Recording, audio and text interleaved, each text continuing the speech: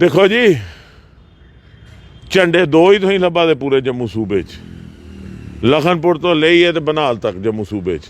एक national conference का झंडा तो एक बीजेपी का झंडा, दो ही झंडे लब्भा दे मार्केट च, नैशनल कॉन्फ्रेंस और बीजेपी पूरे जम्मू कश्मीर च। अलायंस नहीं करी लगे, पॉलिटिक्स कुछ भी हो सकता, मी नहीं पता, लेकिन जेड़े जेड़े रोशनी स्कैम है जिसने गलत किया हो, CBI इन्वेस्टिगेट करा दी है, हाई कोर्ट के जेरे निगरानी होना, जिसने गलत किया उसे फांसी दो।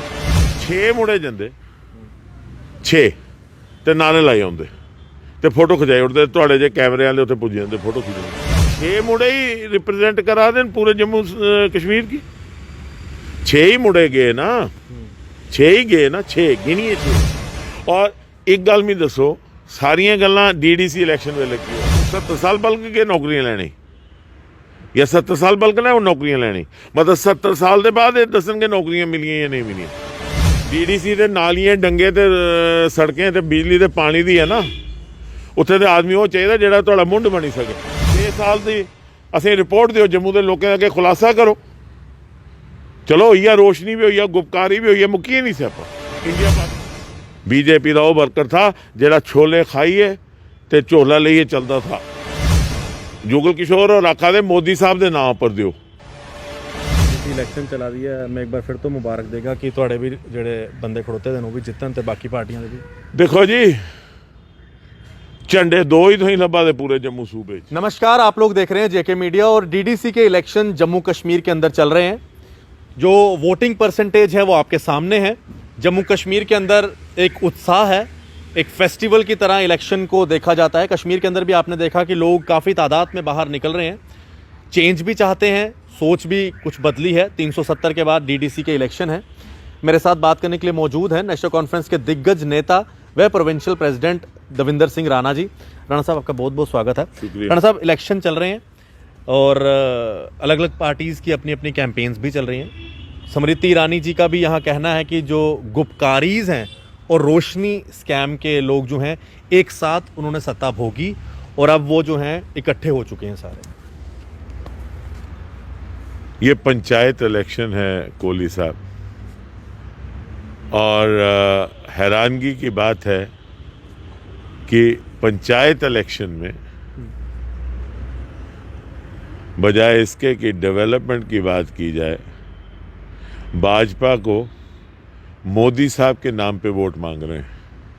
पार्लियामेंट की इलेक्शन हुई, उसमें उन्होंने मोदी साहब के नाम पे वोट मांगे। अब सरपंच पंचों की और DDC मेंबर्स की इलेक्शन, जो पंचायत का तीसरा टियर है, उसमें भी मोदी साहब के नाम पे ये वोट मांग रहे हैं। और जैसे आपने कहा, स्मृति ईरानी साहिबा आई हैं, इतने मिनिस्टर दिल्ली से आ रहे हैं, इतने MP आ रहे हैं। तो मेरा एक सवाल है कि जो लोग बीजेपी के स्थानीय नेता हैं, वो अपनी कारकर्दगी क्यों नहीं दिखा के वोट मांगते। जुगल किशोर जी हैं, वो 12 साल MLA रहे, 8 साल से MP हैं, 20 साल का उनका कार्यकाल है। और मैं परसों देख रहा था, वो कह रहे थे कि मोदी साहब के नाम पे वोट दीजिए। 20 साल के कार्यकाल में तो सिर्फ अगर काम अच्छी तरह किया हो तो मुझे लगता है वोट मांगने की ज़रूरत ही नहीं पड़नी चाहिए। गुपकारी का क्या होगा, रोशनी का क्या होगा, वो बाद की बात है। ये इलेक्शन जो है, ये ग्रास रूट डेमोक्रेसी की इलेक्शन है। और चूंकि इनके पास दिखाने के लिए कुछ नहीं है, जैसे मैंने आज, आपने पढ़ा होगा, मैंने कहा है कि बीजेपी को एक वाइट पेपर के साथ आना चाहिए कि पिछले 6 साल में इतनी हमने नौकरियां दी और ये हमने जम्मू संभाग में कामकाज करवाए या कश्मीर में कामकाज करवाए।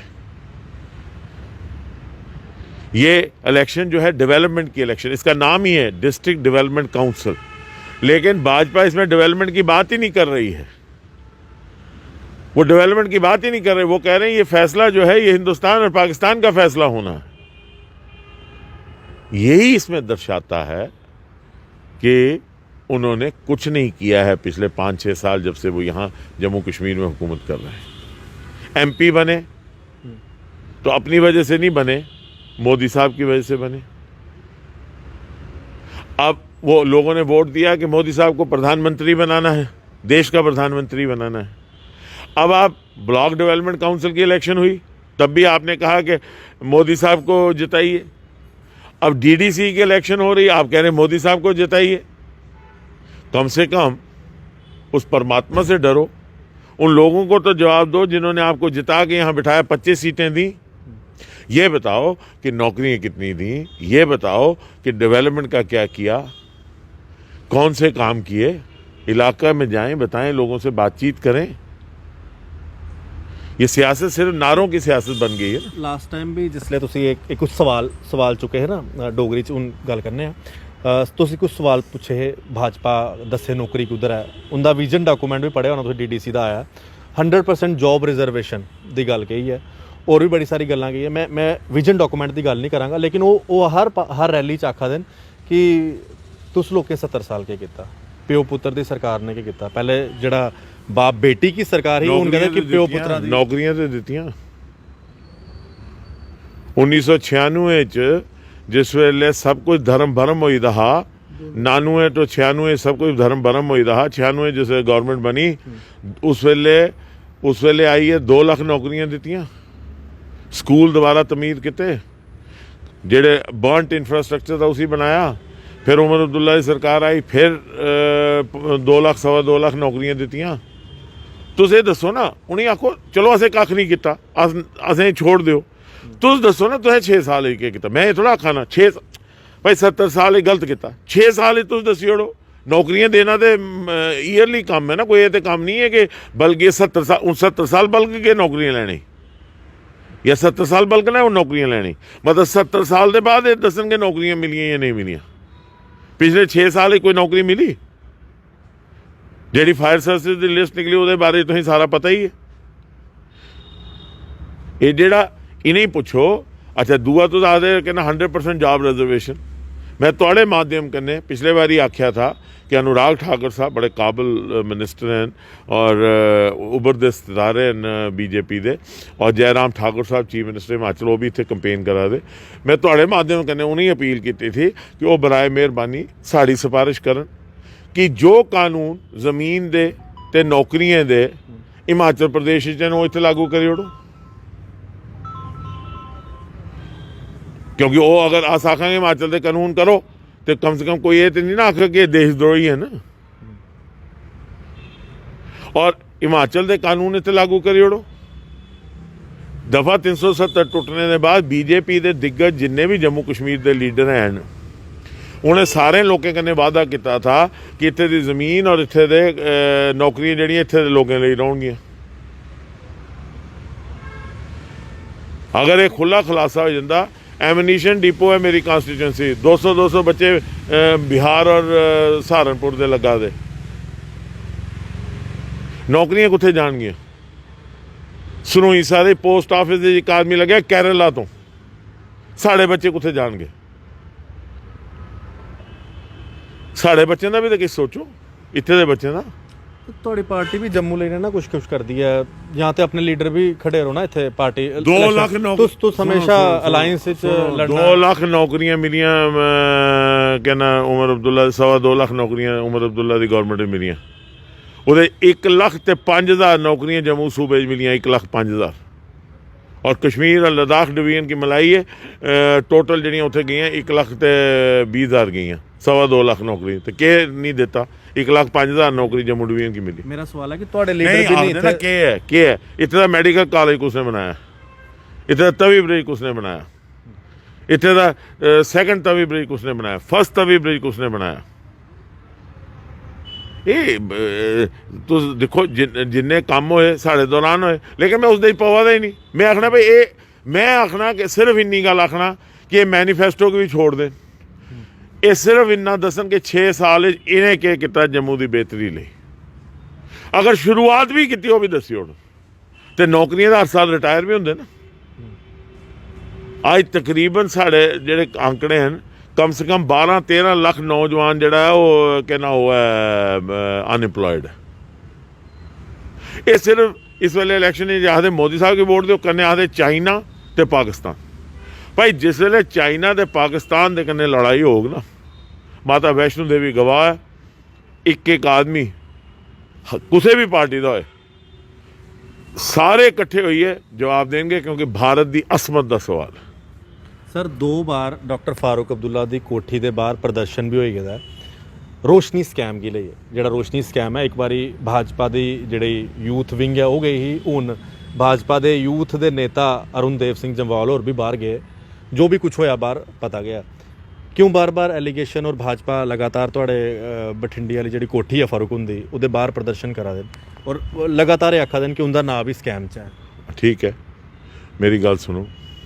ਪਹਿਲੇ ਇਹਨੇ ਆਖਿਆ ਜੀ ਰੋਸ਼ਨੀ ਸਕੈਮ ਜਿਹੜਾ ਹੈ ਉਹ ਲੈਂਡ ਜਹਾਦ ਹੈ ਮੁਸਲਮਾਨੀ ਬਸਾने ਲਈ ਜੰਮੂ ਡਿਸਟ੍ਰਿਕਟ 'ਚ, ਤੇ ਜਿਸੇ ਹਾਈ ਕੋਰਟ 'ਚ ਆਂਕੜੇ ਗਏ 43,000 ਕਨਾਲ ਰੈਗੂਲਰਾਈਜ਼ ਹੋਈ ਹੈ ਰੋਸ਼ਨੀ ਦੇ ਵਿੱਚ, ਔਰ ਉਸ 43,000 ਕਨਾਲ ਵਿੱਚ 1100 ਕਨਾਲ ਹੀ ਇੱਕ ਸਮੁਦਾਇ ਦੀ ਹੋਈ ਹੈ, ਬਾਕੀ ਸਾਰੀ ਹਿੰਦੂਆਂ ਦੀ ਹੋਈ ਹੈ, ਕਿਉਂਕਿ मेजॉरिटी हिंदू पॉपूलेशन है उनकी हुई है 43,000 कनाल। ये आंकड़े मैं नहीं दिते थे, आंकड़े हाई कोर्ट के विच। पहले ने आख्या जी मुसलमान ही बसाने किया, पहले तो वो गल नकारा हूँ उहदे उपर गल नहीं करते, क्यों उहदे उपर गल करन ते तत्थ हुंदे आखी नहीं। हूँ आखा दे जेड़े जेड़े रोशनी, देखो जी जेड़े जेड़े रोशनी स्कैम है जिसने गलत किया हो CBI इन्वेस्टिगेट करा दी है, हाई कोर्ट के जेरे निगरानी होना, जिसने गलत किया उसी फांसी लो,